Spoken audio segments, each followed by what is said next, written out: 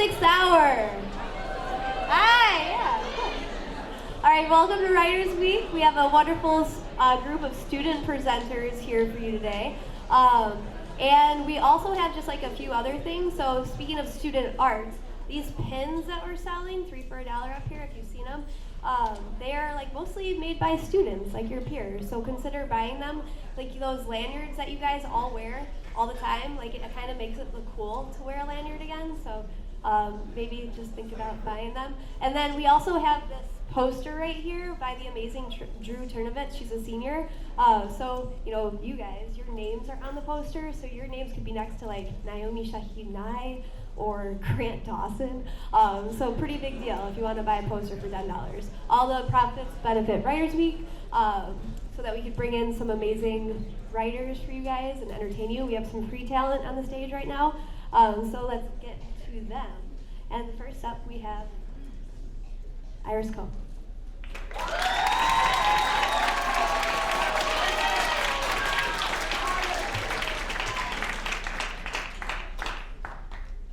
This is called Unpopular Opinion by me. So, lately I've been seeing a lot of Reddit threads or retweets of unpopular opinions, like Shrek 2 was better than Shrek 1, or my friend who infuriated all the Facebook moms by saying that the coronavirus isn't going to last that long because it's made in China. But anyways, I thought about how fun it would be to share my own unpopular opinions on food, because who doesn't love food? Now, there are tons of great dishes out there, but some of them I just can't really agree with. Imagine, it's a nice hot summer day, a perfect day to go to the pool and feel your skin soaking up the sunlight, and someone decides it's a good idea to offer watered down deformed celery. In case you didn't already know what I was talking about, it's watermelon. Watermelon is disgusting. It tastes like a cucumber dipped in syrup, and if you like watermelon, I can respect your opinion, but I think I'm right and you're wrong, and it's gross.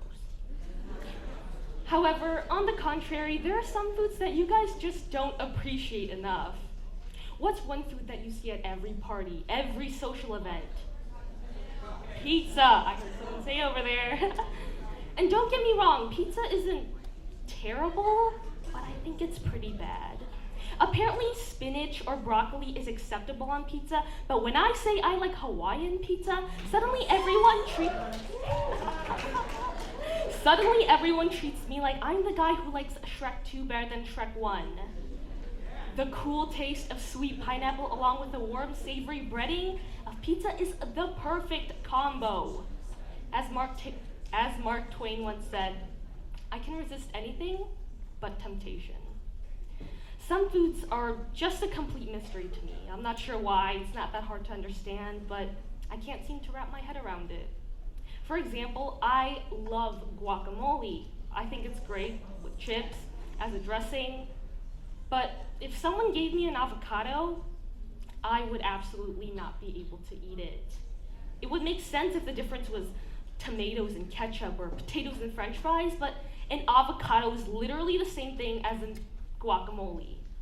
And I know this is true, but sadly, it's still an obstacle I can't overcome. Another thing that piques my interest is my fear of waffles. They're terrifying. Why eat waffles when you can stick to classic pancakes? Waffles are just pancakes, but like with abs. They're like the shredded guy your girlfriend tells you not to worry about, but we all know how that went. Oh, and did I mention, in case you're considering it, I'm just gonna put it out there, deodorant does not taste good. And my friend asks, you eat deodorant? And I said, no, are you dumb? Why would I eat it if I don't like how it tastes? When I told her that, she started sweating profusely. Anyways, we've made it through to the end, and no one's thrown any avocados at me yet, so I'm gonna take that as a good sign. Maybe some of you even agree with what I have to say, but maybe too scared to express that confidently. But no matter what your belief in food is, or anything else for that matter, don't let other people get jalapeno business.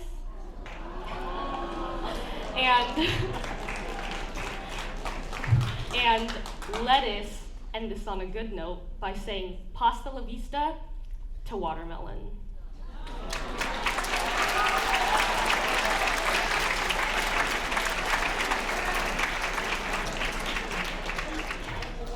Next person going is Angelina Zhang.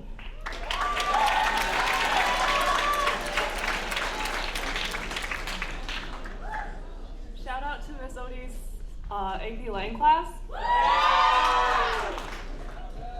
I'll be presenting Ramblings, a collection of 4 relatively unrelated poems.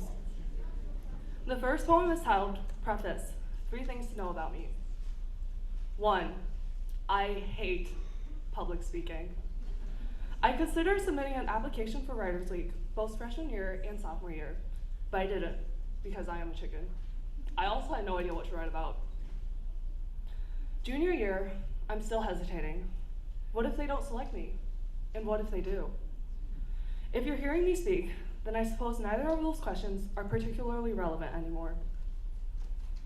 2, I'd like to think that I'm a decent writer, but honestly, I have no clue half the time. Maybe you'll find what I've written worth hearing, but then again, maybe you won't, and that's okay. 3, I am not entirely comfortable being open in front of strangers, or anyone else really.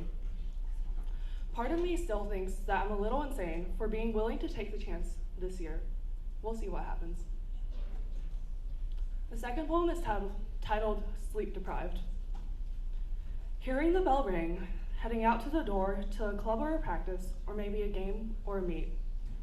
Getting home late, eating dinner if it's not that late, perhaps taking a shower or going straight into doing homework. Envying your parents, and perhaps siblings as well, for being able to go to sleep early. You suppose you could do the same if you were willing to leave your homework incomplete, disappoint your teacher, do poorly on the upcoming test, fail a class, or give up some of your extracurriculars. But you're a good student, and you enjoy doing the extracurriculars that you do, so you stay up, working until midnight, then into early mornings. There's a stillness in the house, a somewhat disquieting silence, so you put your earbuds in and start listening to music.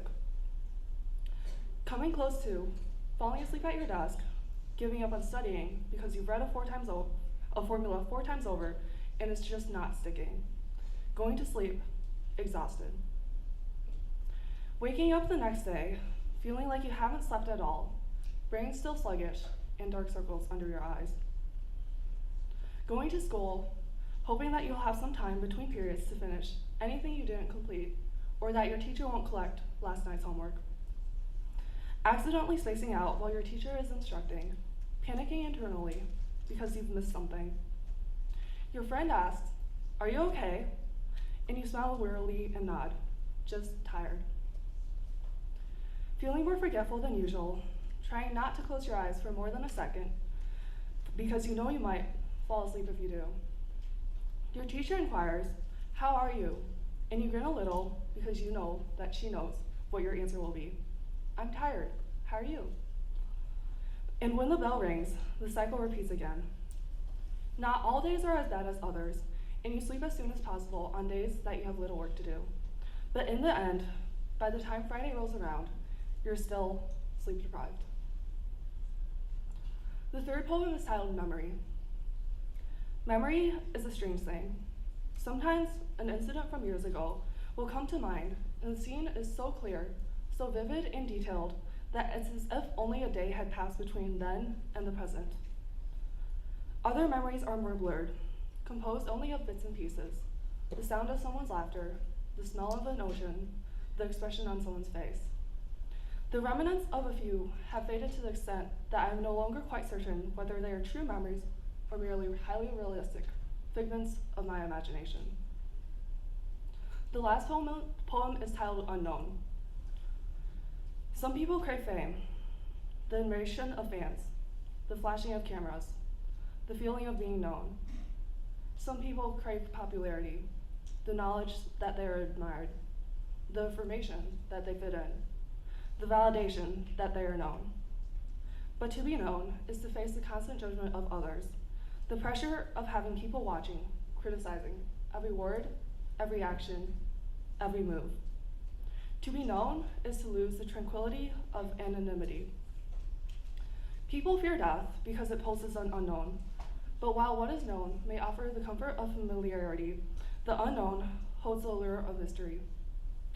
Though the known may be set in stone, the unknown leaves room for imagination, for creativity, and for possibility. Thank you.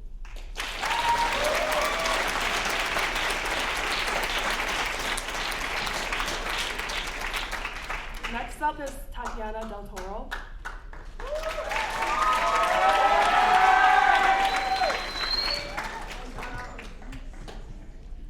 Hello. Oh, shoot. Wait, okay.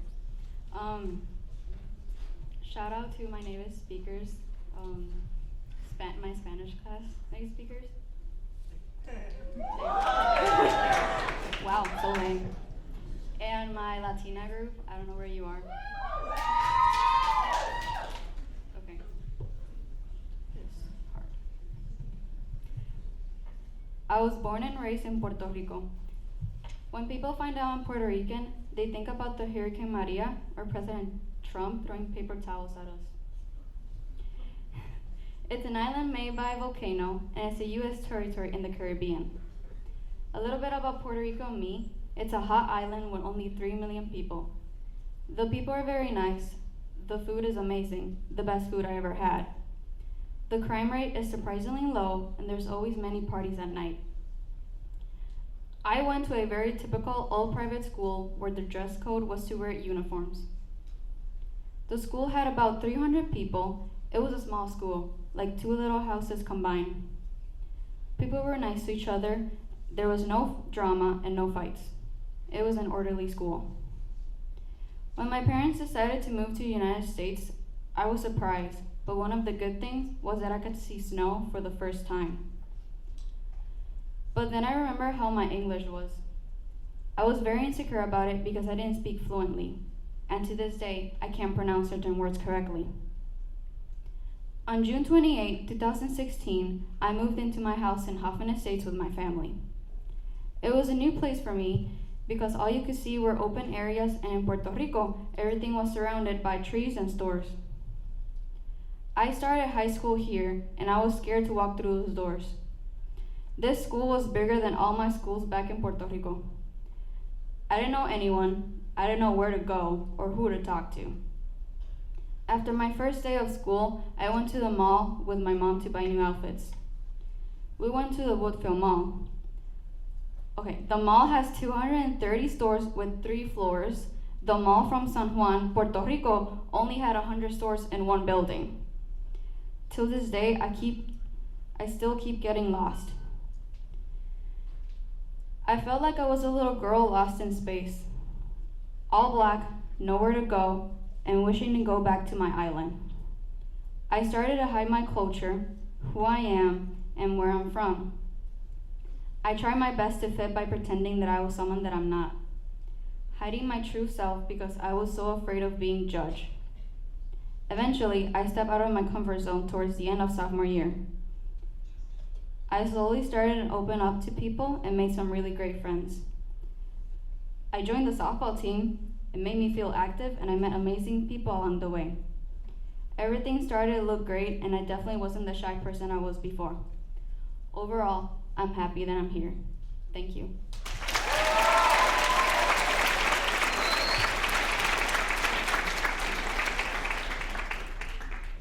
Next up, Avery Moncella.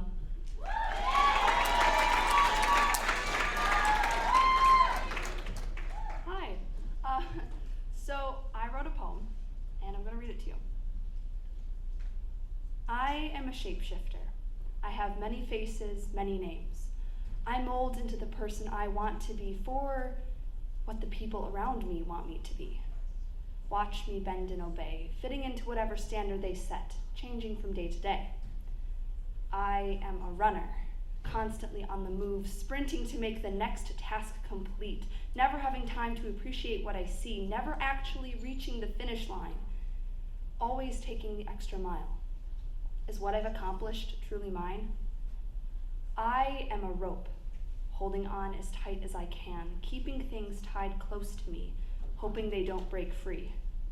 Fearing the worst, I imagine the things I truly care for slip away, then reminding myself that this won't happen.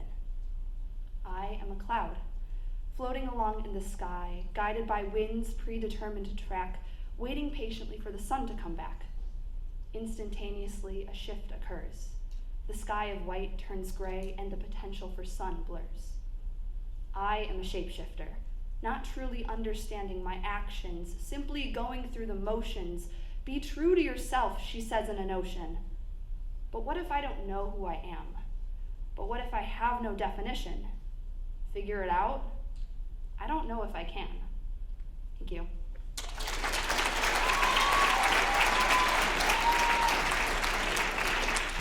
Up next, we will have Tom bring her out.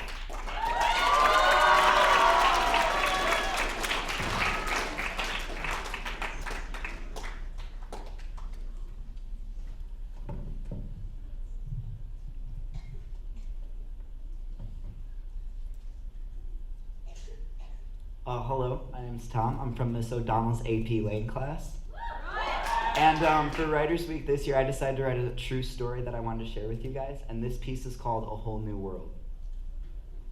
In the famous Disney motion picture, Aladdin, two of the main characters sing a song celebrating the diverse and beautiful world that exists outside the palace walls. While the song is meant to be upbeat and energetic, it also sends a message to all of us that a majestic world exists in front of us if we just take the time to see it. When I was a kid, I always enjoyed the movie Aladdin and the song A Whole New World, but I never took the message that the song sends seriously. It wasn't until I began working as a lifeguard for the Palatine Park District that I realized the importance of this message. The summer day was hot, with the scorching sun, and everyone working that day was beginning to feel a bit peeved at the large quantities of kids that need to be yelled at. When it was time to rotate stations, I realized it was my turn to go to the top of the big red water slide. But due to the long line of kids that awaited me, the lack of shade, and the reality that I had to stand there for 20 minutes saying go, it was really hard for me to find reasons to get excited about this rotation. But when you're a paid employee, you can't complain or whine about your circumstances. You just have to toughen up and deal with it, so that's what I did. But suddenly my attention shifted to a little girl who walked onto the pool deck with lots of energy and a bag full of pool toys. This little girl appeared to be no different than any of the other kids at the pool that day. But when she was in the water, everyone on staff found out that she followed no pool rules and didn't listen to any lifeguard. She dove into the 3-foot zone of the pool, sprinted across the pool deck, and cut all the kids waiting in line for the water slide. When she came up the slide for about the 4th time, I told her that she had to wait her turn once again, and naturally this was causing me to feel a bit irritated. But all of a sudden, a woman wearing big blue sunglasses and a flappy golden summer hat appeared. Now naturally I was a little bit nervous because any time that an adult approaches you while you're lifeguarding, you automatically assume that they have something to yell at you about. But this woman could not have been nicer. With her big Hollywood smile and her friendly extroverted personality, she politely introduced herself to me as the little girl's mother. She then proceeded to tell me a little bit about her daughter, including her name and age. But out of respect for this little girl and her family, I can't say her real name, but for the sake of the story, I'm going to refer to her as Molly. Molly's mother told me that Molly was not trying to be rude or disrespectful on purpose, nor was she trying to disobey me or my rules. Molly simply had autism. At that moment, my heart sank and all of my emotions shifted from irritation to guilt and remorse. Here I was being strict with a little girl with a disability who only wanted to have fun at the pool on that hot summer day. I apologized profusely to Molly's mother for being harsh with her daughter, but her understanding mother said that I had nothing to be sorry for, and she actually appreciated me treating her daughter equally to all the other kids at the pool. From then on, every time I saw Molly's family, I would pay close attention to her. I had never encountered anyone on the spectrum before, but I was pleasantly surprised to see that physically, Molly could do anything that all the other kids could do. Even though she was not yet 10 years old, she could swim much faster than all the teenagers that would show up each day. The pool served as a place of freedom for Molly to be herself, and even though she couldn't talk with words, using both sign language and gestures, she never failed to show her gratitude to the entire staff. But what made me the happiest was to eventually see Molly playing with all the other kids at the pool. And over the next couple weeks, I developed a deep appreciation for families with disabilities. The pool attracted many families with kids with Down syndrome, cerebral palsy, and kids in wheelchairs. And similar to Molly, they all enjoyed life and had positive attitudes. In short, they were some of the happiest, nicest, friendliest people I have ever met. Working at the pool and getting to know all these kids in these situations opened my eyes to a whole new world of Americans with disabilities. These kids and these individuals helped me see something that I probably wouldn't have seen otherwise. And that something is that even though life will throw you trials and tribulations, happiness can always still be achieved. Molly's actions symbolize this clearly for me. And I hope that you too are able to see the beauty that can exist in our own community and open your eyes to a whole new world. I also hope that the next time you come across someone disabled, maybe you're able to take a couple minutes out of your busy schedule and have a simple conversation with them and see them for the wonderful people that they truly are. And maybe, just maybe, you'll have the same eye-opening experience that I had. Thank you. And up next is Stevie Stroka.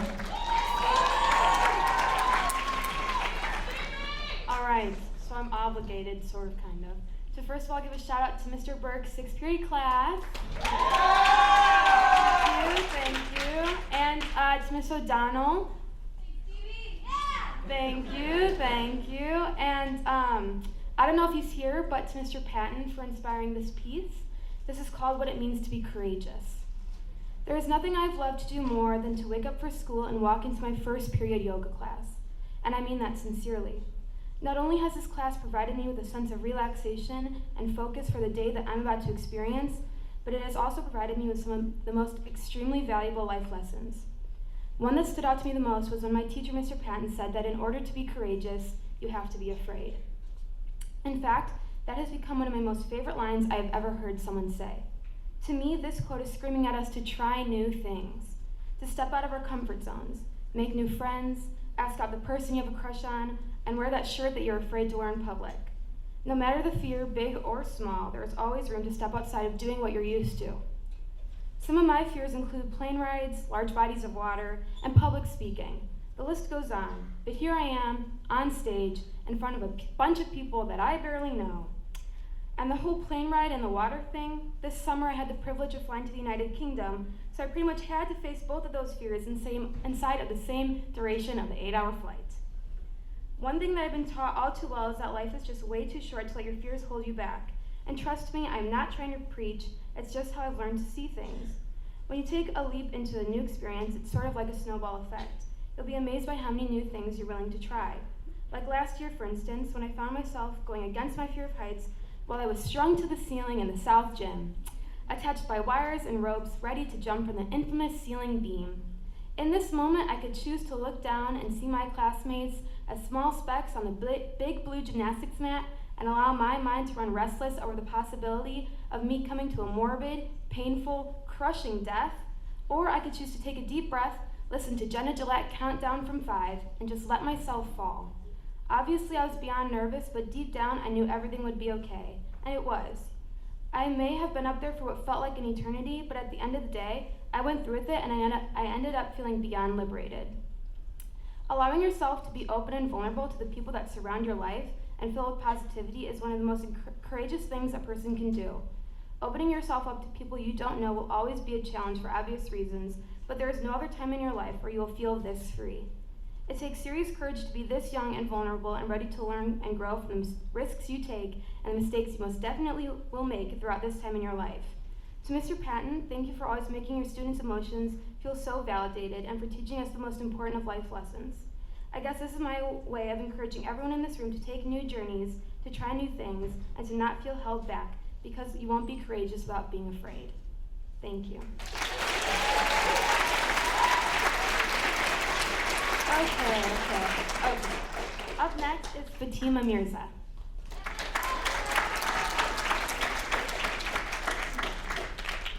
My class is probably tired of shouting, but here's another shout out to Miss Odie's AP Lang class. In life, there are many important and unimportant things. An example of something unimportant would be YouTube Rewind 2019. What is important, however, is the Holocaust.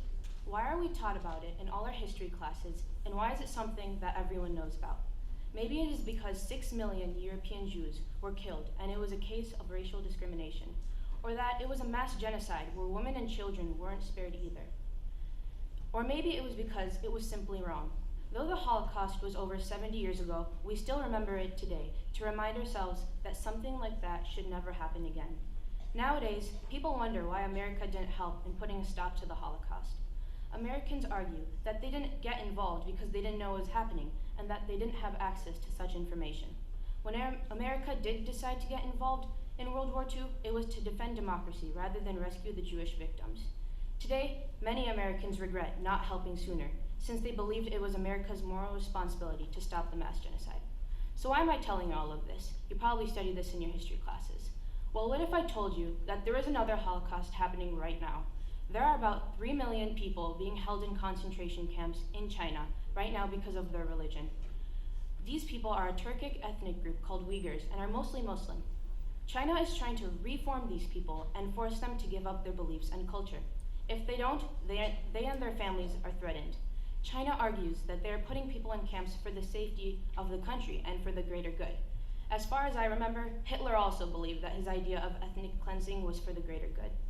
China says they are re-educating the Uyghurs and that they are placed in job training camps so that they can be better members of society. This isn't true though, because even seniors who have already retired are being forced into these camps as well. Those who have escaped these camps, as well as former guards, say they have been tortured and the conditions are absolutely horrendous. The Uyghurs are supposed to conform to Chinese ideology and show that they are supportive of the Chinese Communist Party. This isn't the first time China has targeted people who are different and don't conform to communist ideologies. In Hong Kong right now, people are protesting the laws of their government and are being silenced through violence because they don't have the right to speak out like we do. Anyone who questions the government's tactics mysteriously disappears, and information is censored, which means Chinese citizens don't have access to much information.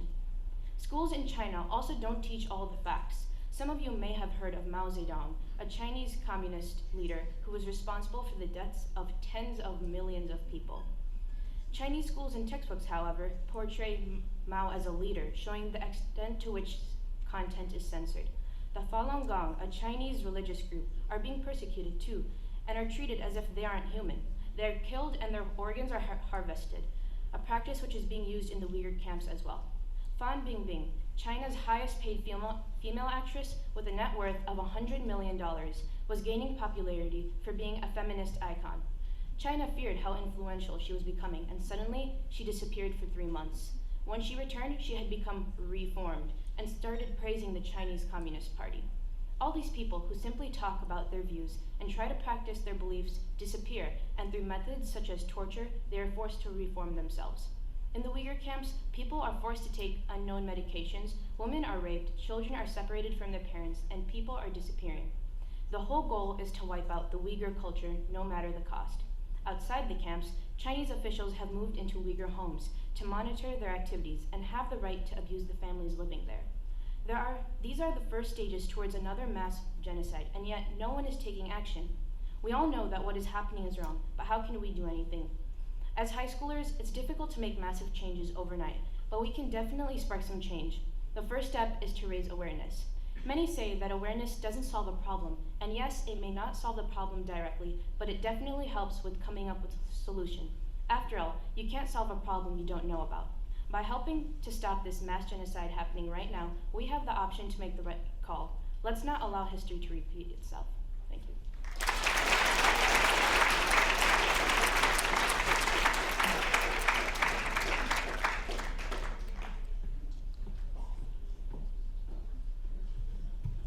Hi guys, guess which class I'm in? Yeah, let's give one last shout out to Mrs. OD's AP Lang. Also, my name is Anika Chatterjee. For as long as I can remember, my dad would go on business trips for work. The downside to this was the fact that he isn't home as often as I would like. The upside, however, meant that I've had the opportunity to go to many amazing places around the world. Part of traveling internationally at least once a month meant that the airline my dad uses tries to maintain a friendly and cordial relationship with him. Also known as he gets a lot of free stuff, like plane tickets, lounge access, and priority seating, which he uses to take the family on vacation with. Now, I could talk about the places I've seen. For example, the Great Pyramids of Giza. Or you could Google Great Pyramids of Giza and get a much more accurate description than I could ever give. Instead, here's a list of things I've learned from my overall experience with travel. Number 1, the language barrier. A lot of times, people fear going to other countries because they're scared of getting lost and having no one understand them, which is a legitimate fear if you lived about 300 years ago. In this day and age, chances are you'll find someone who at least speaks a little English, and even if you don't, world language teachers, please forgive me, Google Translate is really helpful at least getting your basic point across. Of course, if all else fails, you will probably find a local eccentric with a heart of gold who'll play charades to try to help you, and he will not give up until you pretend to understand him. Number 2, taxis are for cowards. Now, full disclaimer, if you're in a rural or dangerous area, then by all means, I encourage you to use a taxi. But if you're in a large metropolitan city, then chances are they have their public transportation system to an art form. And more importantly, Google once again has their public transportation system to an art form. Just type in where you want to go, and Google will give you the exact route to take for a fraction of the price a taxi would be. Number 3, fellow Americans. Say you meet a guy from Nebraska here in the US. Who cares? You're American, he's American. Now you meet Mr. Nebraska in Florence, Italy. You will be the best of friends for your 5-minute conversation. You're American, he's American. You're in this together. And then you'll never talk to each other ever again. Number 4, do your own research. Yes, it is easier to book with a travel agency and have every part of your trip laid out with all the touristy destinations. And no, I'm not trying to be that person trying to tell you to avoid the quote-unquote real country, or trying to avoid those tourist spots and see the quote-unquote real country, because those tourist spots are awesome. Take a lot of selfies. But also take the time to find those hole-in-the-wall local joints and strike up a conversation with someone. I promise you'll be pleasantly surprised. Number 5, don't be self-conscious. Maybe you're learning a language and decide to go to the country the language is predominantly spoken. But then you get there and suddenly everyone is speaking fluently, you can't find the words you want to say, you aren't understanding everything coming out of people's mouths. Take a deep breath. You are still learning. If anything, the locals will be overjoyed that you're trying to learn their language and culture and help you improve. And if they do make fun of you, you can just say that your English is better than theirs and is the universal language spoken around the world. So, number 6, have fun. Now, this last one is a little cheesy, but you are in another country. This is a once-in-a-lifetime experience. Don't ruin it because you're scared or stressed or jet-lagged. That last one can be solved with coffee. Lots of coffee. But get out of your comfort zone. Everyone's already judging you for being American anyway. Nothing you do will be as crazy or quirky as the media portrays us to be. So have fun, make sure Google works, and enjoy your vacation.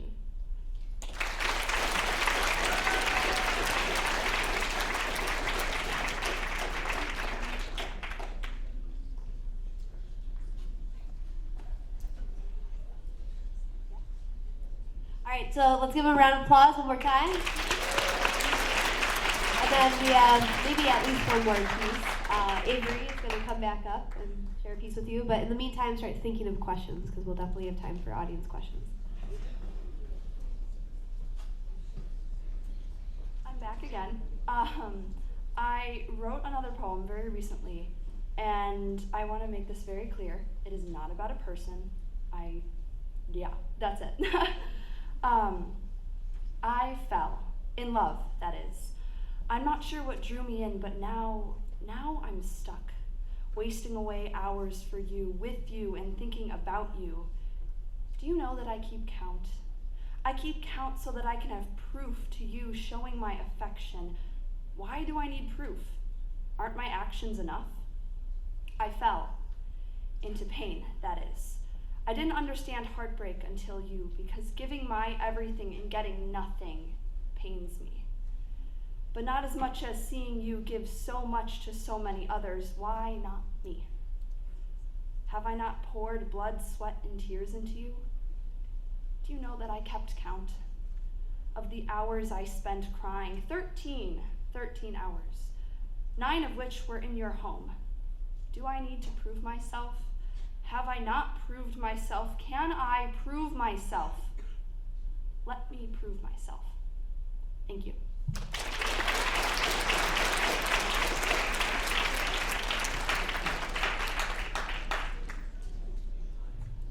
All right, so I'm going to ask a question first for them all to answer, and then I'm going to be looking at you guys to ask some questions. So the first question, I'll hopefully phrase this, okay?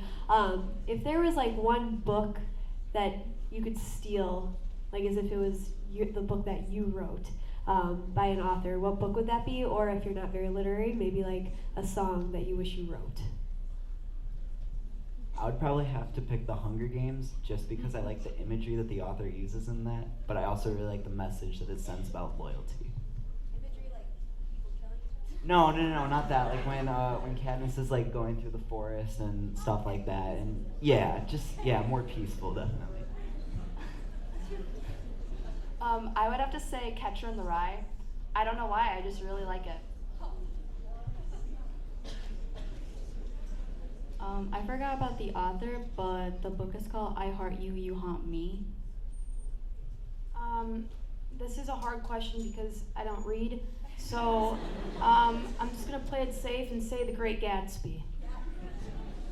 I would say any book by John Green, but if I had to choose, then probably like The Fault in Our Stars. Oh, and I'm so sorry, but I forgot to give a shout out to our English class over there.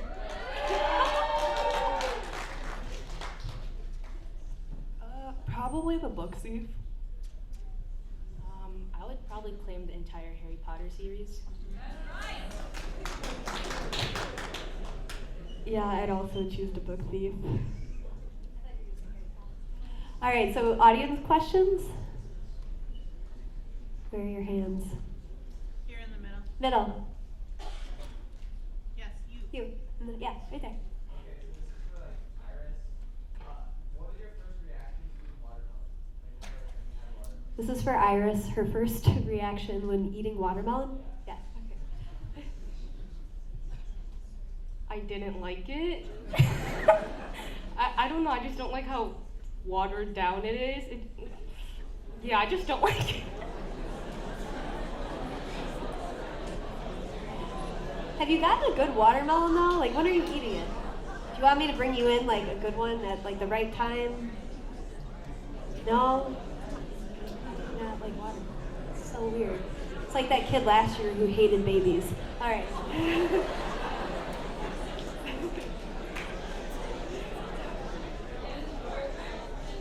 Iris again, yeah. Have you tried salt with the watermelon? Salt it up.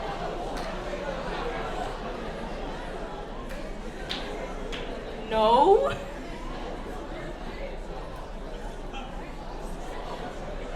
All right. Another question. Oh, over here. Where is it? Great. Oh, is it a Aparna? Yeah, Aparna. What's that? For Anika, what's your favorite place that you visited? Right.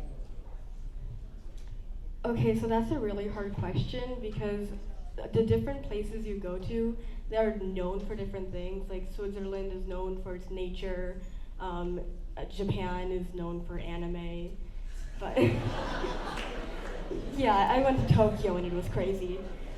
But I would say like maybe like the middle of Europe, I really like their architecture.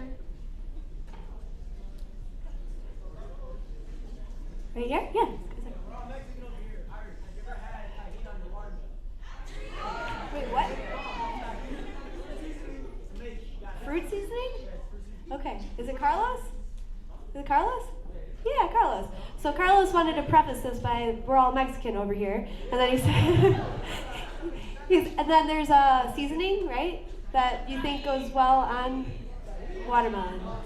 So maybe something outside of the watermelon genre. That I saw. Yes, right there. Oh wait, right there. Sorry. Yeah. For who? Sorry. Tatiana. So for Tatiana, what does it mean for you to be Latina?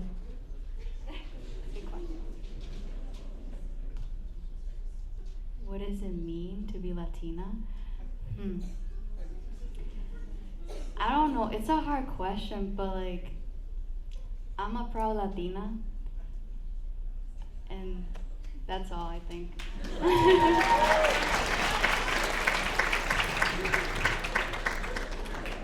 All right, who else we got? Over here? All right, Mr. Burke's class. Right there? Yeah. Shrek 1 or Shrek 2? To whom? Okay. All right, other, yeah, right here.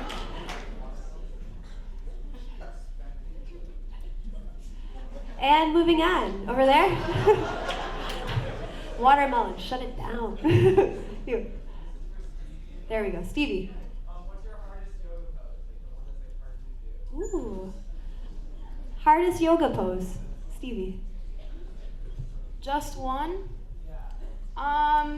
They're all pretty difficult. It depends what point in the practice you're doing it. So, obviously you're more, flexible toward the end. I think it's always hard right in the morning to do downward facing dog, which sounds so insane, but, the backs of my knees, ooh, they hurt so bad. So, I'm gonna say downward facing dog at the beginning, at the very top of the morning, that's what it is. All right, who else we got? Top right. All right, standing up. Ooh, Tom, what's your scariest lifeguarding experience? So my third save was definitely my scariest because it was a little kid and he was really struggling in the middle of the 5-foot zone, which is kind of like the middle of the pool. So it wasn't scary because it was far away or anything. It was just scary because when you jump in, you have to jump over all the people that are in there, and I didn't want to crush anybody when I jumped in. So that was the scariest moment for sure. But he was okay in the end. Danny.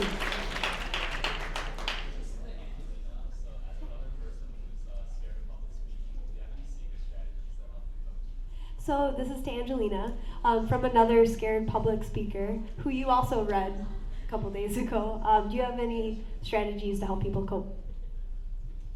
Honestly, no. I was literally shaking the entire time. But just breathe.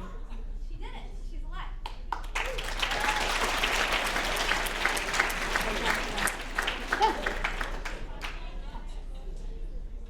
Tatiana, do you plan on going back to Puerto Rico soon?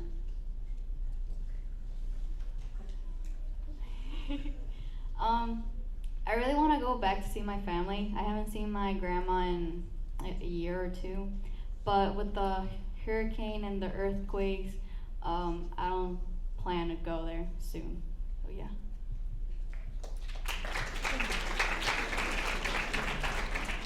We'd have to have another miracle dance for Puerto Rico. Okay, anyone else? Up here? Say it again, for who? Tatiana.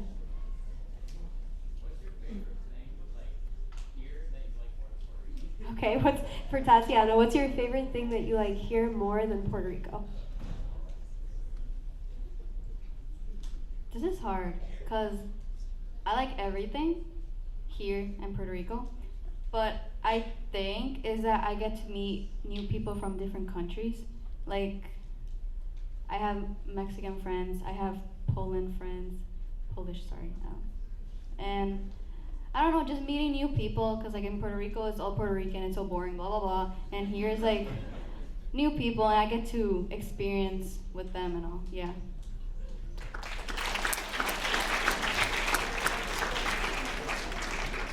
One more. Right there? The white sweatshirt?